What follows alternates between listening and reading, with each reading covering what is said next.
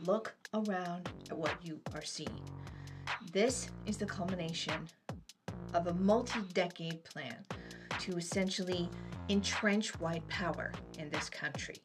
Now, I think that the extremists got itchy first when they saw that they weren't going to be able to keep discriminating and keeping black and brown students out of their schools. The reason that that got them so pissed off is that it wasn't just that there was this inconvenient law that was passed, it was that there was actually action being taken to say that if a school wanted to keep its, say for example, a Christian school wanted to keep its nonprofit status, they could not also discriminate against children who were black or brown because they didn't want them in there, and still get all those juicy federal tax savings. Y'all, they weren't even saying that they didn't, have the right to discriminate. They just said, you're not going to get a tax benefit for the discrimination. And this irked them. It was the burr under their saddle that was so sharp that it basically led them to look around for some kind of uniting or wedge issue that they could use to just get people pissed off.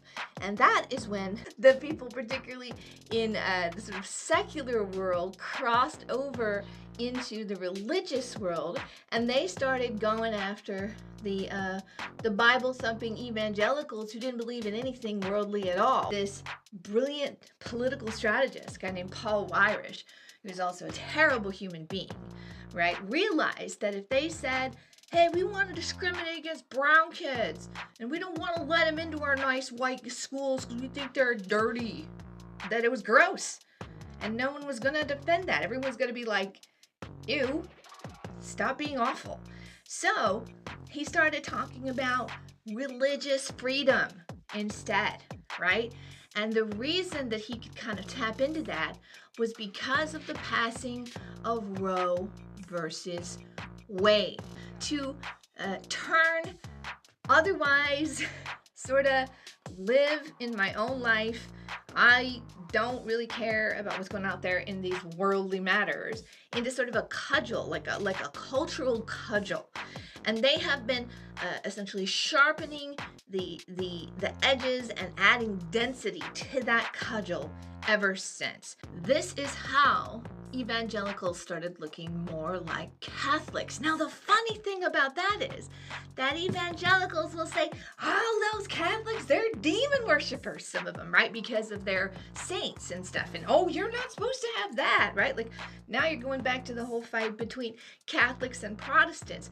That doesn't seem to matter. They don't know that they've sort of had like a Catholic implant into their entire community. Because for all the time before the passing of Roe v. Wade, they did not care what was going on with abortion. They did not care.